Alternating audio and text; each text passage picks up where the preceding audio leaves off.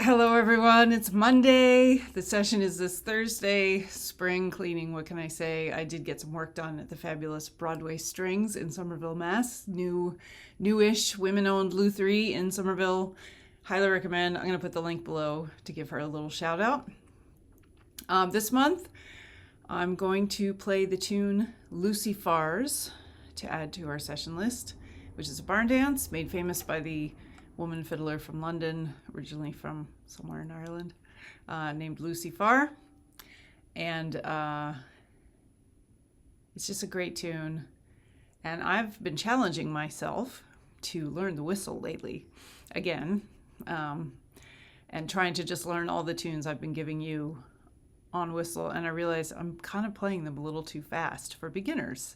So I'm going to slow this down the first time I play it a little more, and really work on trying to remember that when you're learning stuff, it's hard to go fast. And then speed it up the second time around. So this is good. A good reminder that it's always good to learn something new and put yourself in a position where you are the novice, because it's good for teachers too to remember what it's like to be learning something. So never stop learning. That's my message for today. And slow down when you need to. All right.